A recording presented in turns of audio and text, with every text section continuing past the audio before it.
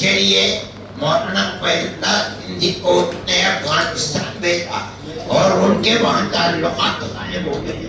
وہاں ایک دیوبند کے قاضی تھے جو قاضی عبد الرزاق کے نام سے جانے جاتے تھے. ان کے تعلقات تھے. انہوں نے ان کو امیر حبیب اللہ تک پہنچایا. یہ واقعہ 1915 کا یعنی آج سے 110 سال پہلے کا تعلق ہے. ہمارا یہ تعلق آزادی وطن کے سلسلے کے اندر ہے جس کے وہاں جماعت حکومت قائم کی گئی مہاراجا پرتاپ نے. اس کے بعد مولانا عبد اللہ صاحب, اس کے بعد مولانا عبید اللہ سندھی اس کے وزیر خارجہ بنے ہیں. میں یہ سمجھتا ہوں کہ انہوں نے ہندوستان کے اندر ایک ایسی حکومت جو ساری دنیا کے اندر یہ کہتی تھی کہ ہماری حکومت میں سورج غروب نہیں کرتا, ہمارے اکابر نے اس کا مقابلہ کیا, ان کو دھول چٹائی اور ان سے ملک کو آزاد کرایا.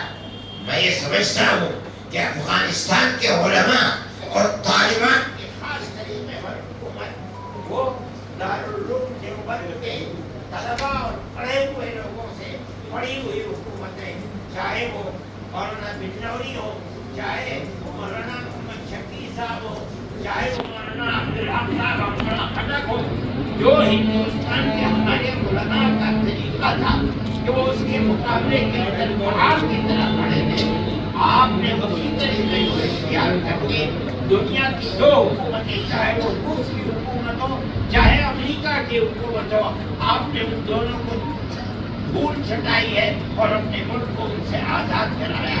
میں سمجھتا ہوں کہ اس کے اندر ہمارے اکابر کے طریقہ کار کا بڑا دخل ہے. اس لیے آج آپ یہاں تشریف لائے ہیں, یہ آپ کی اور آپ کے اکابر کی مادر علمی ہے.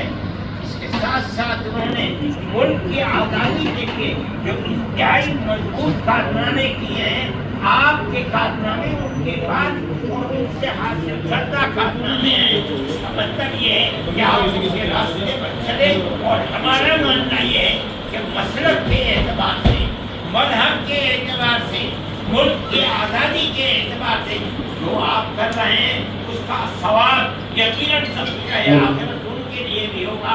آج اگر وہ پیوند زمین بنے ہوئے ہیں اور قبرستان کے اندر قبر ہے لیکن ان کی زندگی زندہ ہے, آپ دارالعلوم کو اسی طرح دیکھ رہے ہیں, اور آپ نے جو کچھ اختیار کیا ہے ہم ان کو بھی انہی کی خوشا چینی سمجھتے ہیں, اور یہ سمجھتے ہیں کہ آپ نے ان کے پروگرام کو بلند کیا ہے.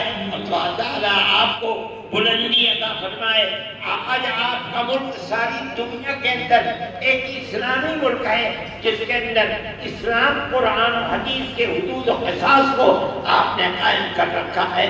ہماری یہ دعا ہے کہ اللہ ملک کو ترقی دے, اور جس سیاسی جذبے کو آپ نے زندہ کیا ہے آپ کو اللہ تعالیٰ اس جذبے کے اندر قوت عطا فرمائے, اور اسی طرح ایک اسلامی ریاست سارے ملک کے اندر دوسرے مسلمانوں کی ریاستوں کے لیے ایک طریقہ کار ثابت ہو سکے.